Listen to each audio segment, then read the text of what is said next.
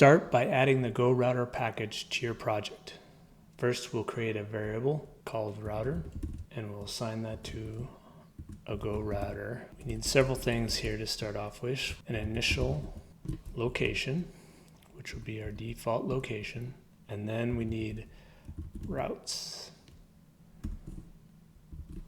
Start with a sample of our first route, which would be a Go route to our main body, which our path is just /name fbody, and then our builder for fbody. Let's add two more routes. We will add a page 2 with a path of /page2, name page 2, and then we'll add a third page, but this last page we're actually going to add a path parameter to the page itself, and we'll show how that works. The last thing we need to add here is we are actually going to return a material app.router using a router config router, which is what we configured above here. Now on our main body page, what we're going to do is wrap just a simple text in our gesture detector, and then on tap we're going to call this new Go Router route.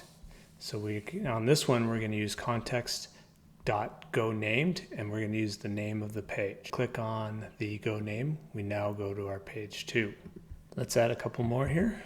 So now we are going to create another gesture detector with our path. So this one, we're going to use context.go, us to our path rather than using the name.